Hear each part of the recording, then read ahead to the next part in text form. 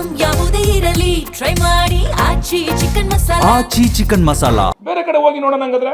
ಯಾಕೆ ಹೋಯ್ತಲ್ಲ ನೀವು? ಅವ್ರು ರೈತರಲ್ವ ಹಂಗಾರೆ ಅಲ್ಲಿ ಇರ್ತಕ್ಕಂಥವ್ರೆಲ್ಲ? ಇದು ನಮ್ಮ ಮೂಲಭೂತವಾದಂಥ ಪ್ರಶ್ನೆ. ಅದಕ್ಕೆ ನಾವು ಹೇಳೋದು, ನಾವು ಇನ್ನು ಮುಂದೆ ನಾನು ಕುಮಾರಸ್ವಾಮಿ ಅವರು ಮಾಜಿ ಮುಖ್ಯಮಂತ್ರಿಗಳು, 2 ಸರಿ ಮುಖ್ಯಮಂತ್ರಿ ಆಗವ್ರೆ, ಕೇಂದ್ರ ಮಂತ್ರಿ ಆಗವ್ರೆ. ನನಗೆ ಗೊತ್ತಾಯ್ತಿಲ್ಲ ನರೇಂದ್ರ ಮೋದಿ ಅವ್ರು ಏನಾದರೂ ನೀನು ಇಲ್ಲೇ ಕರ್ನಾಟಕದಲ್ಲೇ ಇದ್ಬಿಡು, ಬಿಡದಿಲ್ಲ ಇದ್ಬಿಡು ಅಂತ ಹೇಳ್ಕಳ್ಸವ್ರೇನೋ ಅಂತ. ಇವ್ರು ನನ್ನ ಐಡಿಯಾ ನಾನು ಯಾವ ರಾಜ್ಯಕ್ಕೆ ಹೋಗಿ ನೋಡಲೇ ಇಲ್ಲಪ್ಪ. ಇವರು ಅವ್ರ ಇಲಾಖೆ ಬಗ್ಗೆ ಎಲ್ಲೂ ಕೂಡ ಮೀಟಿಂಗ್ ಮಾಡಿದ್ದು ನೋಡಲಿಲ್ಲ, ಎಲ್ಲೂ ಚರ್ಚೆ ಮಾಡಿದ್ದು ನೋಡಲಿಲ್ಲ. ಇವರು ಕೇಂದ್ರ ಮಂತ್ರಿ ಆಗಿ ಬೆಳಿಗ್ಗೆ ಎದ್ರೆ ಬಂದು ಇಲ್ಲೇ ಇರ್ತಾರೆ. ಅವ್ರ ಉದ್ದೇಶ ಏನು? ಡಿ ಕೆ ಶಿವಕುಮಾರ್ ಮುಖ್ಯಮಂತ್ರಿ ಆಗ್ಬಿಟ್ಟ, ನಮ್ಮ ಕಮ್ಯುನಿಟಿಯಲ್ಲಿ ಒಬ್ಬ ಪ್ರಬಲ ನಾಯಕ ಆಗಿ ಬೆಳಿತಾವನೆ, ಅವ್ನಿಗೇನಾದರೂ ಮಾಡಿ ನಾನು ಅಡಚಣೆ ಮಾಡಬೇಕು, ಅವನ ಮುಖಕ್ಕೆ ಕಪ್ಪು ಮಸಿ ಬಳಿಬೇಕು, ಅದು ಉದ್ದೇಶ. ಒಬ್ಬ ಕೇಂದ್ರ ಮಂತ್ರಿ ಬೆಳಿಗ್ಗೆ ಎದ್ರೆ ಇಲ್ಲೇ ಕೂತಿರ್ತಾರಲ್ರಿ. ಅವ್ರು ಜೆ ಪಿ ಭವನ ಆಫೀಸು ಬಿಟ್ರೆ ಬಿಡದಿ ಮನೆ ಬಿಟ್ರೆ ಜೆ ಪಿ ಭವನ ಆಫೀಸು. ಕೇಂದ್ರ ಮಂತ್ರಿ ಸ್ವಾಮಿ ನೀವು. ಈ ರಾಜ್ಯದ ಜ್ವಲಂತ ಸಮಸ್ಯೆಗಳಿದ್ದಾವೆ. ಮೇಕೆದಾಟು ಯೋಜನೆ, ಅದಕ್ಕೆ ಅದನ್ನು ಮುಕ್ತಿ ಕೊಡಿಸಿ. ಅಲ್ಲಿ ಇದರಲ್ಲಿ ಎಲ್ಲಿ ಗೋವಾ ಮತ್ತು ನಮ್ಮ ಕರ್ನಾಟಕದ ಮಧ್ಯೆ ನಡೀತಾ ಇದೆಯಲ್ಲ ಮಹದಾಯಿ, ಅದಕ್ಕೆ ಮುಕ್ತಿ ಕೊಡಿಸಿ. ಇಂಥವೆಲ್ಲ ಬಿಟ್ಬಿಟ್ಟು ನೀವು ಬಂದಿಲ್ಲಿ ಕೂತ್ಕೊಂಡು ನಾನು ಹೋರಾಟ ಮಾಡ್ತೀನಿ ಜನಗಳನ್ನ ಕಾಸು ಕೊಟ್ಬಿಟ್ಟು ಜನ ಸೇರಿಸ್ಕೊಂಡು ನೀವು ಗಾಡಿಗಳು ಮಾಡ್ಕೊಂಡು ಗಾಡಿಗಳನ್ನ ರಿಲೀಸ್ ಮಾಡ್ತೀವಿ. ಈಗ ಯಾವ್ಯಾವ ಬಸ್ ಎಲ್ಲಿಂದ ಬಂದವೆ ಅಂತ ಆಯ್ತಾ, ಅದು ರಿಲೀಸ್ ಮಾಡ್ತೀವಿ. ಬಸ್ಗಳು ಮಾಡ್ಕೊಂಡು ಜನ ಕರ್ಕೊಬತ್ತಾರೇನ್ರಿ ಯಾರಾದ್ರೂ? ನೀವು ಲೋಕಲ್ ಸ್ಥಳೀಯವಾದಂಥ ರೈತರನ್ನ ಇಟ್ಕೊಂಡು ನೀವು ಹೋರಾಟ ಮಾಡಿ ನೋಡಿ. ಎಷ್ಟು ವ್ಯಾನ್ಗಳು ತಂದಾರೆ ಗೊತ್ತಾ ಮಂಡ್ಯದಿಂದ? ಯಾರಾದರೂ ರೈತರು ಪಾಪ ರೈತ ಸಂಘ ಹೋರಾಟ ಮಾಡ್ತಾರೆ, ಅದು ಪ್ರಾಮಾಣಿಕವಾಗಿ ನಾವು ಒಪ್ಕೋತೀವಿ. ಸಂಘ ಸಂಸ್ಥೆಯವರು ಹೋರಾಟ ಮಾಡ್ತಾರೆ, ಅದನ್ನು ತಂದು ಬಂದಿವರು ದಿಕ್ ತಪ್ಪಿಸ್ಬಿಟ್ರು ಇದನ್ನು. ಈಗ ಅವ್ರು ಏನು ಮಾಡೋರೆ? ಪೊಲಿಟಿಕಲ್ ಇಶ್ಯೂ ಮಾಡೋಕೆ ಹೊಂಟವ್ರು ಇದನ್ನು. ಅದು ಲೆಟ್ ದೆಮ್ ಡು ಅವ್ರು ಹೋರಾಟ ಅವ್ರು ಮಾಡಲಿ, ನಮ್ಮ ಹೋರಾಟ ನಾವು ಮಾಡ್ತೀವಿ. ಇವ್ರು ಬಂದು ಹೋರಾಟ ಮಾಡೋದ್ರಿಂದ ರೈತರುಗಳಿಗೆ ತೊಂದರೆ ಆಗ್ತಾ ಇದೆಯೇ ವಿನಃ ರೈತರಿಗೆ ಇದರಿಂದ ಬೆನಿಫಿಟ್ ಆಗ್ತಾ ಇಲ್ಲ. ರೈತರುಗಳಿಗೆ ಅನವಶ್ಯವಾಗಿ ಇವರೇ ಬಂದು ತೊಂದರೆ ಕೊಡ್ತಾವ್ರೆ.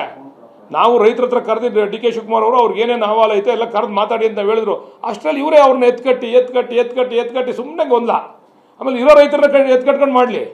ಹೊರಗಡೆಯಿಂದ ಬಸ್ಗಳು, ವ್ಯಾನ್ಗಳು ಎಲ್ಲ ಮಾಡ್ಕೊಂಬಂದು ಜನ ಕರ್ಕೊಂಬಂದು ಪೇಮೆಂಟ್ ಕೊಟ್ಟು, ಅದರಲ್ಲಿ ಕೆಲವು ಪಾಪ ಹೆಣ್ಮಕ್ಳು ಬೇಜಾರು ಮಾಡ್ಕೊಂಡ್ರು. ನೀವು ದುಡ್ಡು ಕೊಟ್ಟಿದೆ, ನಮ್ಮೇಲೆ ಲೋಕಲ್ ಇರೋ ರೈತರಿಗೆ ದುಡ್ಡು ಕೊಟ್ಟಿಲ್ಲ. ಅವರು ಹೊರಗಡೆಯಿಂದ ಜನ ಸೇರ್ಸೋಕ್ಕೆ ಕರ್ಕೊಂಬಂದು ದುಡ್ಡು ಕೊಟ್ಟು ಕರ್ಕೊಂಬಂದು ಶೋ ಅಪ್ ಮಾಡಿದ್ರು. ಬಾಯಿಗೆ ಬಂದಂಗೆ ಮಾತಾಡಿದ್ರು. ನಮಗೆ ಬರೋಲ್ಲ ಬಾಯಿಗೆ ಬಂದಂಗೆ ಮಾತಾಡೋಕ್ಕೆ? ನಾನು ಕುಮಾರಸ್ವಾಮಿ ಅವ್ರ ಬಗ್ಗೆ, ನಿಖಿಲ್ ಕುಮಾರಸ್ವಾಮಿ ಅವ್ರ ಬಗ್ಗೆ ಬಾಯಿ ಬಂದಂಗೆ ಮಾತಾಡಲ್ಲ ನಾನು?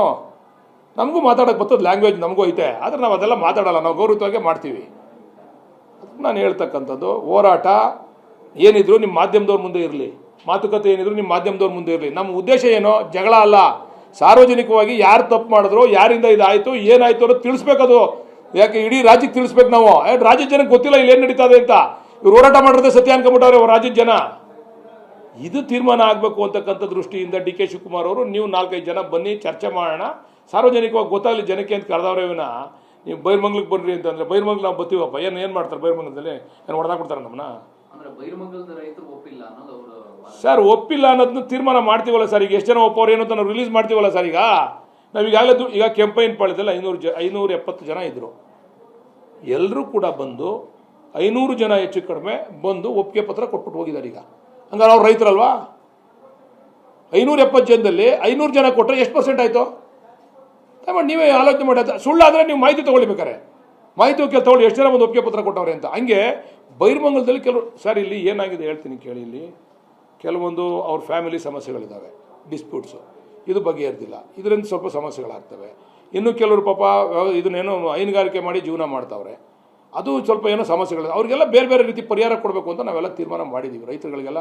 ಆಮೇಲೆ ಅಲ್ಲಿ ಹೋರಾಟ ಮಾಡ್ತಿರ್ತಕ್ಕಂಥ ಪ್ರಾಮಾಣಿಕವಾದಂಥ ರೈತರನ್ನ ಕರೆದು ಮಾತಾಡೋ ನಾವು ತಯಾರಿದ್ದೀವಿ. ಅದಕ್ಕೆ ಇವ್ರು ಬಿಡ್ತಾ ಇಲ್ಲ ಅವ್ರನ್ನ. ಅವ್ರು ಬಂದರೆ ಇವರು ಹಿಂದೆ ಗುಂಪು ಕಟ್ಕೊಂಬರೋದು. ಈಗ ರೈತರು ಹೆಣ್ಮಕ್ಳು ನನಗೊಬ್ರು ಹೇಳಿದ್ರು, ನಾವು ನಮ್ಮನ್ನು ಯಾರು ಬಂದು ಕೇಳೇ ಇಲ್ಲ ಅಂತ. ನಾನು ಕರೆದೆ ಕೇಳೋಕ್ಕೆ ಅಂತ ಅಂದ್ಬಿಟ್ಟು ಆ ರೈತರ ಸಂಘದ ವತಿಯಿಂದ ಒಂದು 25-30 ಜನ ಬನ್ನಿ ಅಂದರೆ, ಇವ್ರ ಉದ್ದೇಶ ಏನಿತ್ತು ದಳದವ್ರದ್ದು ಅದನ್ನು ಬಗೆಹರಿಸ್ಕೊಳ್ಳಿ ಅನ್ನೋ ಉದ್ದೇಶ ಇರಲಿಲ್ಲ. ಎಲ್ಲ ಊರಿಗೂ ಹೋಗ್ಬಿಟ್ಟು ದಳದ ಕಾರ್ಯಕರ್ತರನ್ನ ಎತ್ಕಟ್ಟಿ ನೀವು ಗಾಡಿ ಮಾಡ್ಕೊಂಡು ಹೋಗಿ, ಎಮ್ ಎಲ್ ಎ ಕರಿತಾವನೆ ಗಾಡಿ ಮಾಡ್ಕೊಂಡು ಹೋಗಿ ಒಂದು 4-5 ಜನ ಹೋಗಲ್ಲಿ ಗಲಾಟೆ ಮಾಡಿ ಅಂದರೆ ನಾವು ರೈತರು ಹಂಗೆ ಚರ್ಚೆ ಮಾಡೋಕ್ಕಾಗ್ತದಾ? ಯಾರಾದರೂ ರೈತರ ಪರವಾಗಿ ಹೋರಾಟದ ಪರವಾಗಿ ಇರ್ತಕ್ಕಂಥವ್ರು ಒಂದು 25-30 ಜನ ಬಂದರೆ ನಾವು ಸಾಧಕ ಬಾಧಕ ಚರ್ಚೆ ಮಾಡ್ಬೋದು. ಇವರು ಇದಕ್ಕೆ ರಾಜಕೀಯ ಲೇಪ ಹಚ್ಚಿದಾಗ ಇದು ರಾಜಕೀಯವಾಗೇ ಬದಲಾವಣೆ ಆಯಿತು. ಆ ರೈತರು ಇವ್ರನ್ನ ದಳದವ್ರನ್ನ ದೂರ ಇಟ್ಟು ಬಂದರೆ ಇವತ್ತು ಚರ್ಚೆ ಮಾಡೋಕ್ಕೆ ರೆಡಿ ಇದ್ದೀವಿ ನಾವು. ಏನೇನು ಸವಲತ್ತುಗಳು ಬೇಕು ಎಲ್ಲ ಕೊಟ್ಟಿದ್ದೀವಿ ನಾವು. ಎಲ್ಲ ರೀತಿಯಲ್ಲೂ ಅವ್ರು ಏನೇನು ಕೇಳ್ಕೊಂಡವ್ರೆ. ಈಗ ಅಲ್ಲಿ ವಿರೋಧ ಇಲ್ಲ ಅಂತ ನಾನು ಹೇಳಲ್ಲ, ಆದರೆ 60% ಪರ ಇದೆ, ಒಂದು 30-40% ವಿರೋಧನೂ ಇದೆ. ಆದರೆ ವಿರೋಧ ಇರ್ತಕ್ಕಂಥ ಅವ್ರು ಮನವೊಲಿಸ್ತಕ್ಕಂಥ ಕೆಲಸ ನಾವು ಮಾಡ್ತೀವಿ. ನಾವೇನು ವಿರೋಧನೇ ಇಲ್ಲ ಎಲ್ಲ ಸರಿ ಇದೆ ಅಂತ ನಾನು ಅವ್ರಂಗೆ ನಾನು ಹೇಳಕ್ ಹೋಗಲ್ಲ. ಪರನೂ ಅವರೇ, ನೀವು ಎಲ್ಲೇ ಭೂಮಿ ಅಕ್ವೈರ್ ಮಾಡಿ ಅಲ್ಲಿ ಪರ ವಿರೋಧ ಇದ್ದೇ ಇರ್ತದೆ. ಯಾರು 100ಕ್ಕೆ 100 ಭಾಗ ಬಂದು ಕೊಡಲ್ಲ ಜಾಗನ.